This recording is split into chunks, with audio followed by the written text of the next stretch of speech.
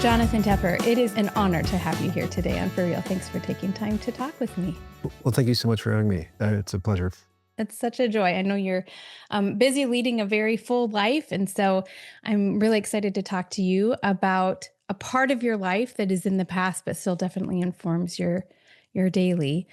You grew up in Madrid, in Spain, and you led this remarkable life. And we will dive into that in much more detail. But first, I would love to hear how you decided to write Shooting Up, a memoir of love, loss, and addiction.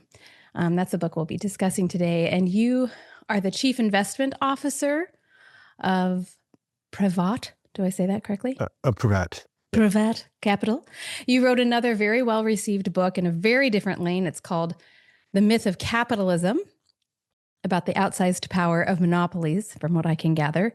A lot of the words I didn't understand, okay? But Shooting Up is a very different book. It's a total departure from those things, and it's a very personal book. And I'm wondering why? Why this book? Why now? It says, I'm the nerd that reads all the words and all the acknowledgments and all the endnotes, and I think there's a line in there that says that you wrote this book actually in 2008, but it just released this year. So Yes. help a girl out. Why this book? Sure. Why now? So I, believe it or not, started writing this book because I had stumbled across a beautiful book titled Flying Over 96th Street, memoir of an East Harlem white boy. And I was working in New York at the time at a hedge fund. And it was at the Barnes& and Noble on, I think 81st or 82nd Street on the Upper West Side. And it was just a beautiful story about a young blonde-haired, blue-eyed kid whose parents had moved him to East Harlem in the 1950s and 60s. The father ran a storefront church, and the mother ran literacy programs. And even though I grew up in Madrid, my parents were Christian missionaries, working with heroin addicts, there was so much in common of being this sort of fish out of the water where your parents drag you some other place. I think it was just a beautiful sort of rendering of his neighborhood and his friends, many who had passed. And I just thought, someone needs to do this for my friends in my neighborhood. And that was really what sort of kicked it off. But I was working full time at a fund. So I would just, write an hour or two in the evening or some weekends. So it took quite a long time because I'm not a writer and it's not my day job. And I had to sort of sneak the hours in. So I finished in around 2008, sent it out, got a few rejections, and then I was just so busy, investing, and I had started a company, and then I started another company a couple years later. So I just sort of sat there, and it wasn't like the highest priority to get it edited and getting a book contract. And it was only in 2022 that I had lunch with a mentor of mine who's retired after a very successful career running a fund, and he was talking about his family and his parents. And then I told him about Shooting Up, that I'd written this, and it was just sitting there. And he said, "You really should get this published before your father passes." Mm. And the importance of sort of telling these stories. And that made me think I need to go back and actually just re-edit it and get it to my literary agent. And then at that stage, I had already written some economic books. And so, even though it was a totally different genre, it was, somewhat easier getting a book contract. And chances are I should have persevered around 2008. But I suspect that, when I wrote it years earlier, and today I now have probably a better perspective on life, and, I now have a child. And so, um, I think it helped the editing process, certainly, in Mm. clarifying some of the central themes of the book. Mm. I want to ask you about something you just dropped right there that you were dragged into. You said drag you when your parents drag you somewhere. You were part, I think all MK, all missionary kids can identify with this in some way, and probably military kids too. I want to ask you about being part of a family job. So, a family calling. You write, if your parents are engineers, plumbers, or lawyers, it doesn't matter one bit to your life. But if your parents are missionaries, it changes everything. Their job changes everything. You were very much a part of your parents' work, and not just in the geography of where they did that work, but in your daily rhythms. I'm wondering how you think about that tethering now that you are older and you work in a distinctly different time and different place. Yes, no, I mean, it's very interesting. I wrote that paragraph, to try to give a sense of, how you literally are dragged geographically where your parents are the ones who figure out which country you're going to if they're missionaries. Um, but because of these different professions, like no one ever expects the child of a doctor or an engineer to get involved in the project. But if you're Right. a preacher's kid or you're a missionary kid, then you're supposed to, the whole family unit is supposed to give a good example and live a Christian life and so on. And so you really are, part of the ministry. And then it doesn't happen, I think, with every ministry, but in the case of my parents, they had us out on the street handing out flyers to addicts, often when they were shooting up and talking to them. And then as the drug center started, the addicts were in our home all the time, so they really did become like older brothers and sisters. So uh, we were very involved from an early age. We arrived in Spain when I was 7, and the drug center started when I was 9. So my entire sort of childhood Mm. and through junior high and high school was basically living alongside the recovering men and women. And then in high school, I'd work summers, the painting teams. My brother would work with the mechanics. So it really did sort of take over our lives. Yeah. How does that feel in your job now? I mean, obviously, you would never bring, I'm sure you have a wonderful child, but I don't trust him with my investments right now. So it is such a it's such a shift, right? Do you toggle back in your head sometimes during the day? How does that make sense to you as an adult? Was that the right thing Well, to do yeah, for I mean, your my parents? son is 2, and so we'll see Long whether time till he the yeah, investments and kick I run an investment fund, so sure, I have no idea whether he'll have any interest in, what I do.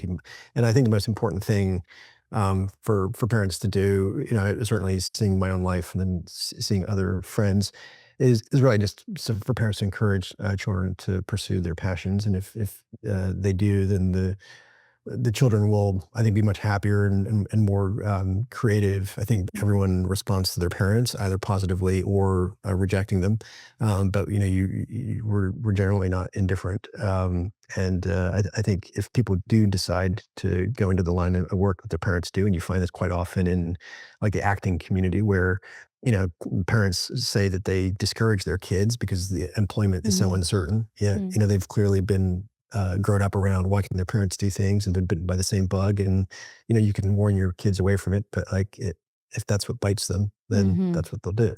Well, I Yeah. have no idea what Nathan will want to do. Your book is a love letter to your friends in some Blas. Is that how I say it? Mhm. It's a love letter to your family, to a place and unique time in history during the feverish pitch of the AIDS epidemic, AIDS crisis, I guess we would say. It's also a love letter to books.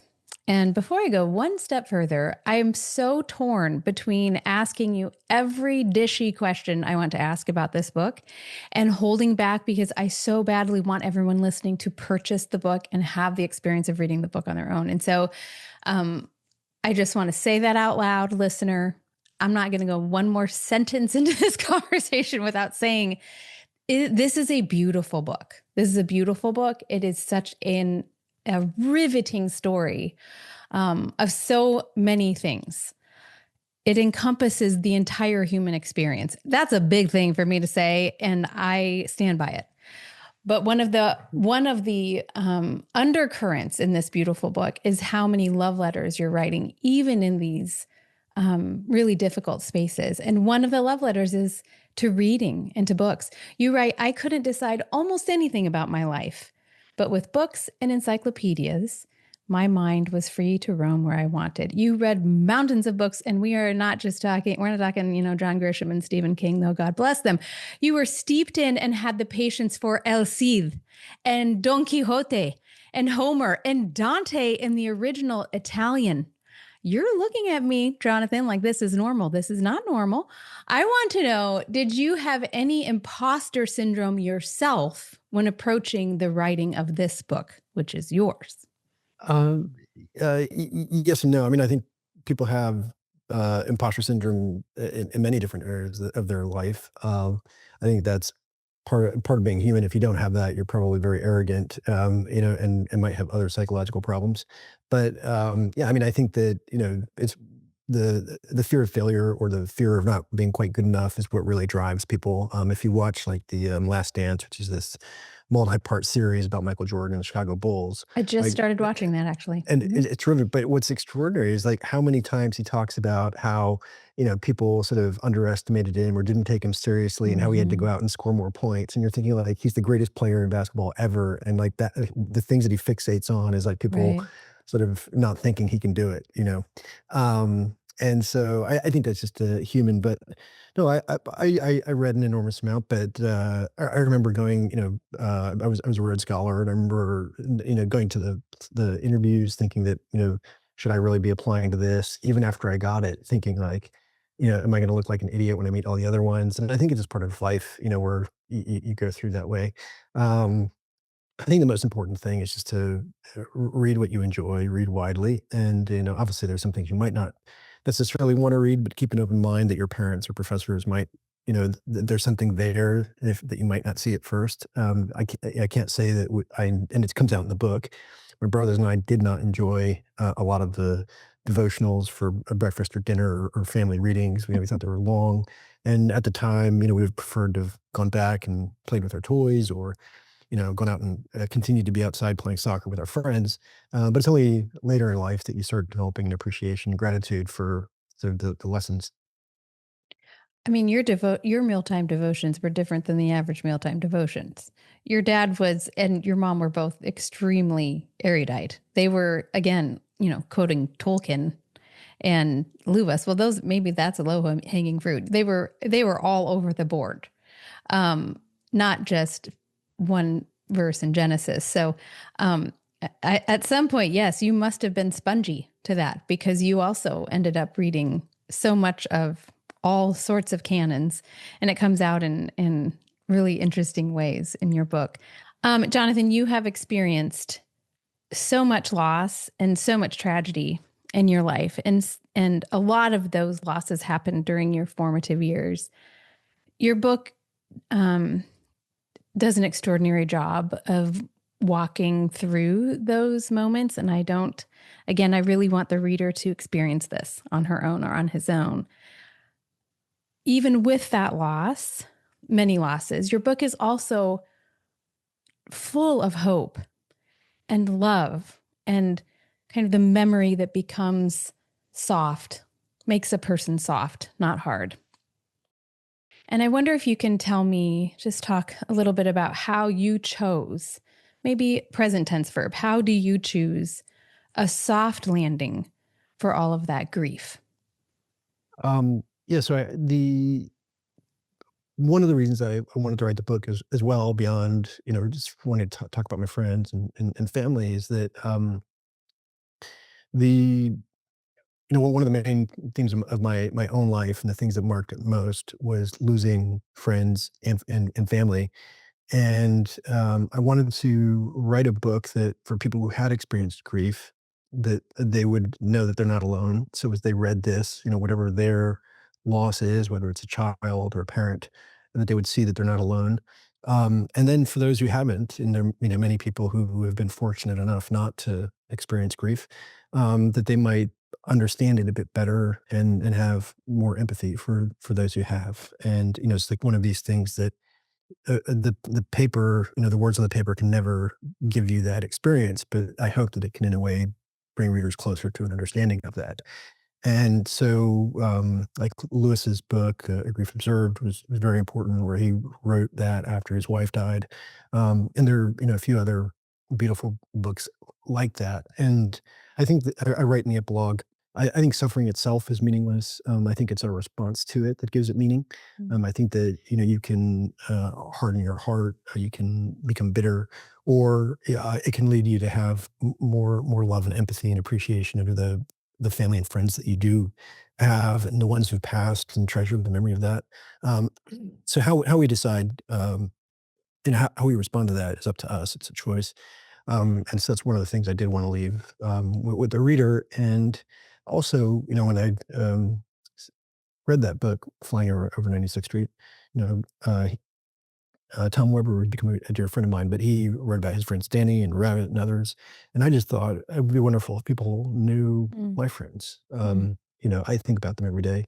Raul and somebody, like, and then the beautiful thing, and part of why I hope that it is a book full of hope, is that Raul's daughters have done well, and I didn't realize when I wrote it that they were there because they used to come to my house all the time. That they were very young, or 3 and 5 when he died, and so they didn't actually have a lot of Mm, memories of him. And so, even if no one ever read this book, Raul's daughter said that um, reading this book sort of brought him closer to them mhm, and really brought him to life in many ways.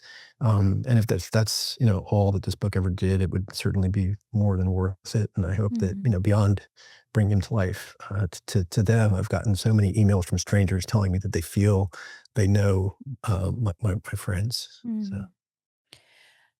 Raul was a dear friend, as you say, and really an older brother to you. I'd love for you to just tell our listeners about him, kind of bear witness to his life. sure. So, my parents moved to Spain in 1983. I was 7. We were handing out flyers in the street because originally my parents wanted to work with university students since they were very bookish. My father wanted to be a student chaplain, but, because missionaries were very poor, they settled in the neighborhood of San Blas, which was on the periphery of the city. Back then, it's obviously the city's kept on growing. So on, one side you had buildings, on the other side you had sort of a dump and a gypsy camp with about 3,000 people living there. And it was like the major point for buying heroin in the city. And so we would go out and just try to help the addicts. My parents would send them to rehab centers. There were not enough centers in Madrid, and they decided they wanted to start a center. And so we met all these addicts, and they were coming to our house for meetings to then be able to go out and get help.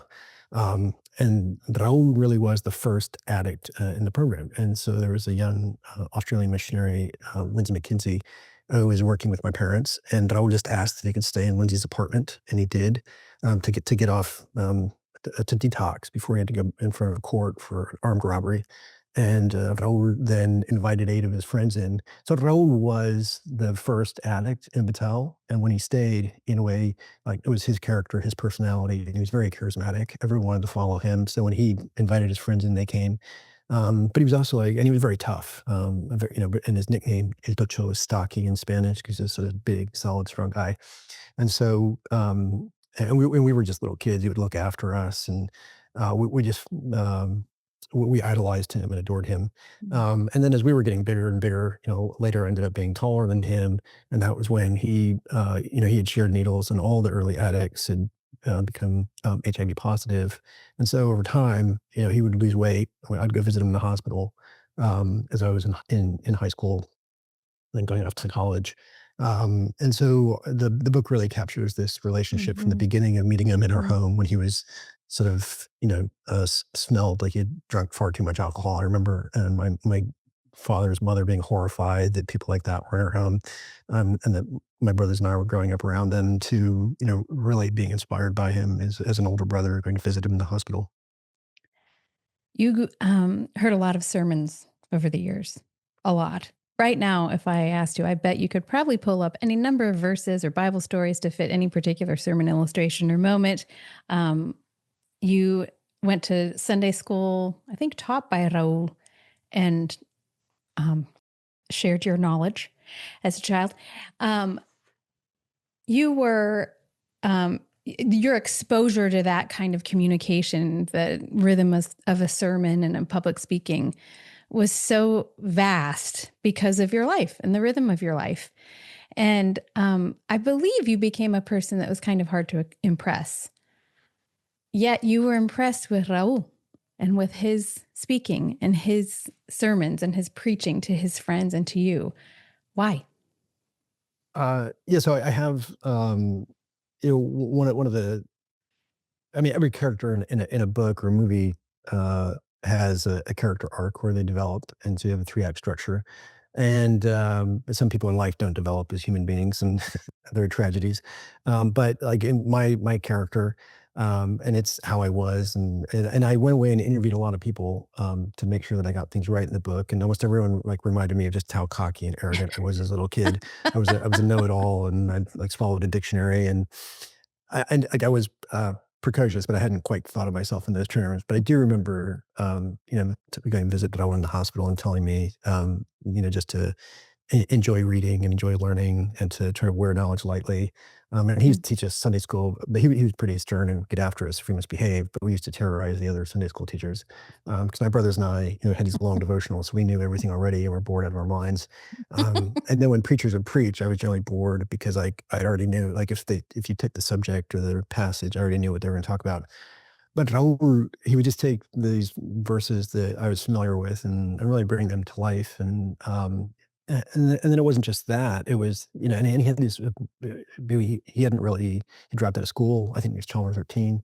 And he had studied theology because my parents and some missionaries had like theological training for the addicts as they were becoming ordained, but he just had this sort of intuitive understanding of Mm. cadence, parallelism, phrase, and so all these things that, like, if you read a Kennedy speech with Ted Sorensen writing them, he went away and read speeches for a living and wrote them. Like Raul would just do this on the Mm. fly, Mm. which was amazing. Mm. And so particularly towards the end when he's reading about life and death and heaven and where your treasures are, and that comes across Mm. in the book where you hear it and you realize that he is going to die soon. You don't know when, and so these passages, really come to life and have a much more profound meaning when he's saying them. Mm. Mm. You grew up as a third culture kid. Do we still use that term? Is that Yeah, yeah. There are tons of websites out there for okay? TCKs and Okay, TCK. organizations, and yeah. Okay. And you write about how when you arrived at university, you felt like an oddball, even though you were born to two American parents. You say, I never knew how American I was until I was in Madrid, nor how Spanish I was until I left. I felt half American, half Spanish, yet if you scratched and sniffed, I was neither. A few years have passed since you started university, and I'm wondering how that identity question has sifted out over time. So when I was in high school, it was a very small missionary school with like 8 kids in my graduating class. So they tended to group the classes together into two classes. They did have like some required sessions before we'd go back to the U.S. to try to talk about the sort of missionary or third culture kid experience. And I always had no interest in that and thought that, it's like overthinking the problem or going to see a therapist. It's probably just better to get on with your life. And so that's generally been my approach to the issue of being a third culture kid. But it's funny. It's only later with the passing of the years that I realized that almost all the people that I hung out with or my best friends were basically also third culture kids. Mm. And it's just a bit of a subconscious sort of Mm. sorting thing that happens where you tend to identify with people who are sort of like yourself. And it doesn't mean that they're Americans who grew up in Madrid working with drug addicts, but rather they're people who are between cultures and they're slightly outsiders. And I am too. And so it clearly did mark me. And I feel it was only positive in the sense that, it opens up more cultures and you gain a greater appreciation. I do know, like, particularly in doing some publicity for this book where I've spoken to other missionary kids and other third culture kids, a lot of them have just used the word grief to Mhm. describe being, growing up in Africa, when your parents are missionaries, being taken back to the US, and then that entire part of your life is one that you lose, and you don't really get back, unless you move there, and most of them don't. And then, it's sort of very traumatic. I didn't feel disconnected from Madrid, and that really comes across in the book. At the time, I attribute it much more to, my friend not being able to see my friends before they died. But, there may have been a cultural element too. I don't know. Mm. You have your own son now, you mentioned. And I'm wondering how becoming a parent to Nathan has shifted the way you think about growing up in San Blas. If Uh, it uh, has, and if the release of this book has highlighted any particular fears or hopes for him. And by that, I mean, usually when we have to dig into revisiting or writing or going to spaces that maybe we've made a little tidy or a little less nuanced and having to pull the taffy of writing the whole story, things come out. And so you write and you come out of your study or you go give a talk and come out of your room and there's your little boy So I'm wondering how those things have interacted. So I don't think it really had much of an impact on the writing or the editing, to be honest. I just tried to write and tell the story as best I could. I think where it really has made me think quite a bit more has been um, one, getting people to read the final drafts, and then once the book is out, getting the reactions from readers, and then it's like, "Oh, your parents made you do that?" And so it's the this sort of horrified reaction. And then even like my wife still, finds it shocking that my brothers and I grew up as we did. And she loves my father and family and so on. So it's not, it's like it's not condemning them, but um, people always do ask, like, "Well, would you do the same thing for Nathan?" So it's in the process of discussing the book that it's sort of made me think about it a bit more. I mean, I would be happy to. I think my wife probably not, but you'd have to ask her directly. And then also, one issue that has come up is, we were 4 boys in my family, but, if there were 4 girls, would my parents have done the same thing? And I actually don't know that they would have, or they might have done it differently. I think that, girls in general are more vulnerable than, boys, and, the you know, I've heard stories from friends, regarding their, sisters and so on, and so it's certainly a lot more dangerous, I think. Mm. But at the time, though, it was just all one big adventure, going out and meeting the addicts, and uh, felt that way to me for quite a while, and then it's only as you start getting older that you realize, the complexity and then, difficulty that, comes with all that. Um, One way that your parents' life is, I'm guessing, different than yours, definitely different than mine, but I aspire to, is their complete availability. You mentioned many times in the book that people would stop by in the middle of dinner or whatever hour or call, and your parents made it a just an expected part of their life that they would drop what they were doing and head in to wherever their friends were hurting or in need. And that it's a very quick mention that you have, there's like a half a sentence about that was just part of the credo. You put the stuff away and you're heading out. And that has stuck with me. I try to be an available person. But your parents were like available on a totally different level.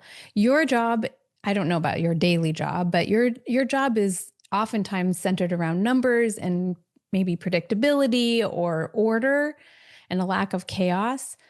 And I just wonder how you think now about that extreme availability and if that's something that you have tried to involve in your life in 2026. And do you have any advice for me on that Um, count?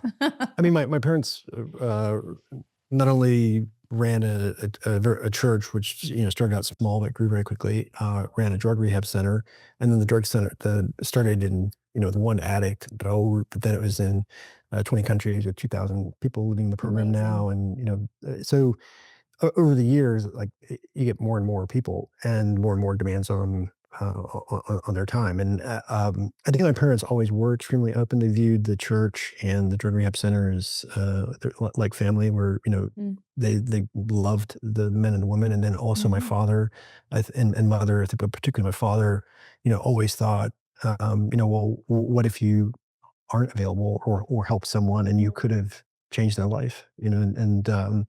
I remember once, like, my father, there was a man came to the the drug center after it had closed on a weekend when I was with him, and, um, the guy had knocked, and my father was then trying to figure out where this man was because clearly he needed help, and so they had told him that he was staying at the hotel down the street, because there's a hotel now, down the street from the, drug rehab headquarters.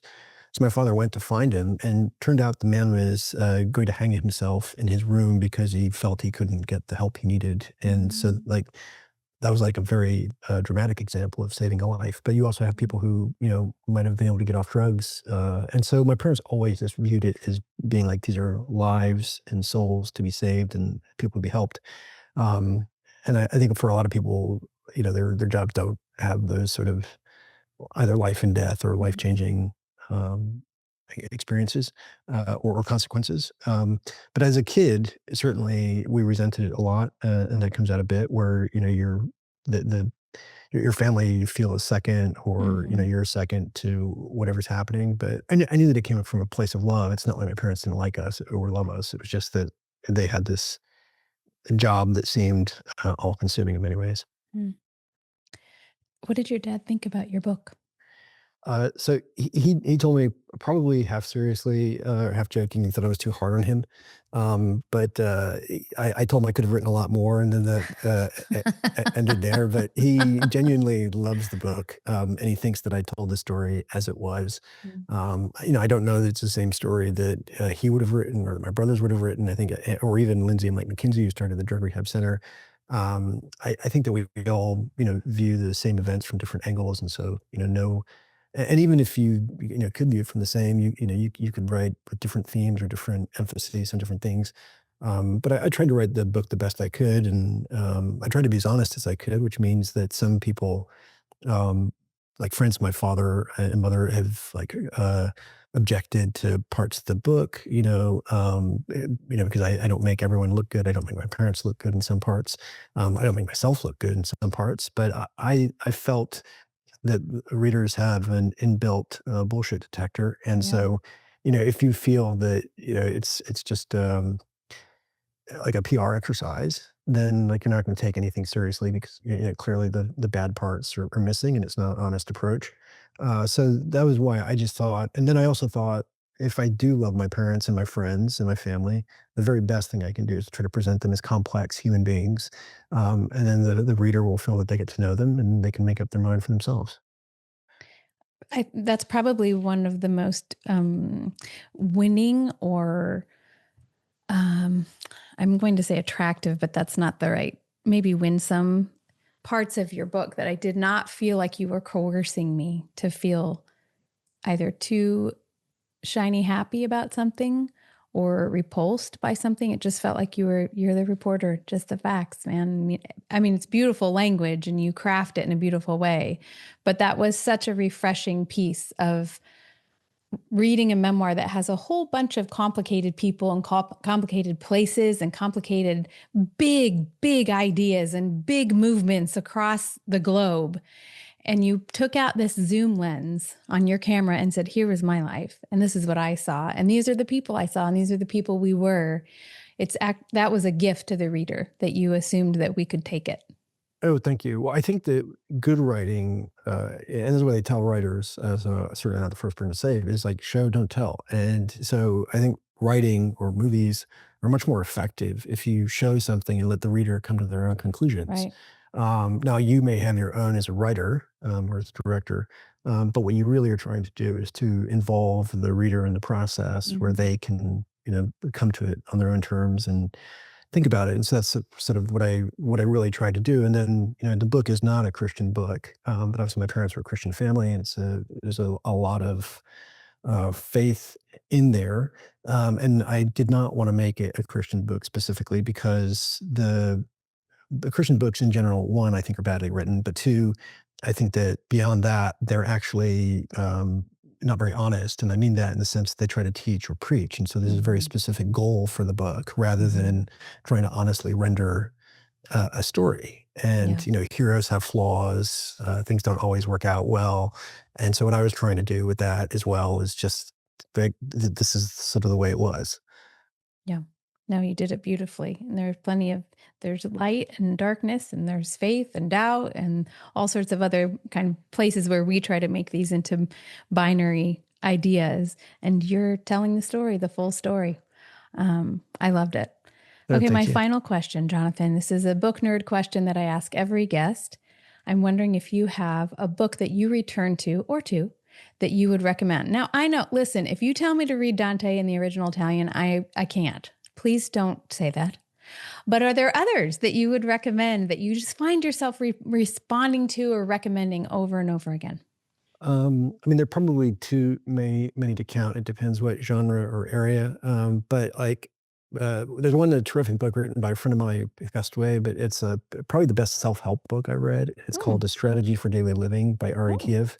And okay. his father was the librarian at Yeshiva University, so he's like this sort of Mm, hyper literate psychiatrist who grew up. But anyway, it's a beautiful book, and it's actually did help change my life in thinking about Wow. many different things, and it's a short book. It'll fit in your Okay. pocket, and it's a great book, A Strategy for Daily Living by Ari Kiev. Wonderful. And then, I mean, just like too many good and well-written books, but Naples 44 is just I love Italy, Italian culture, and it was written by Norman Lewis. It's probably one of the greatest travel writers of the 20th century.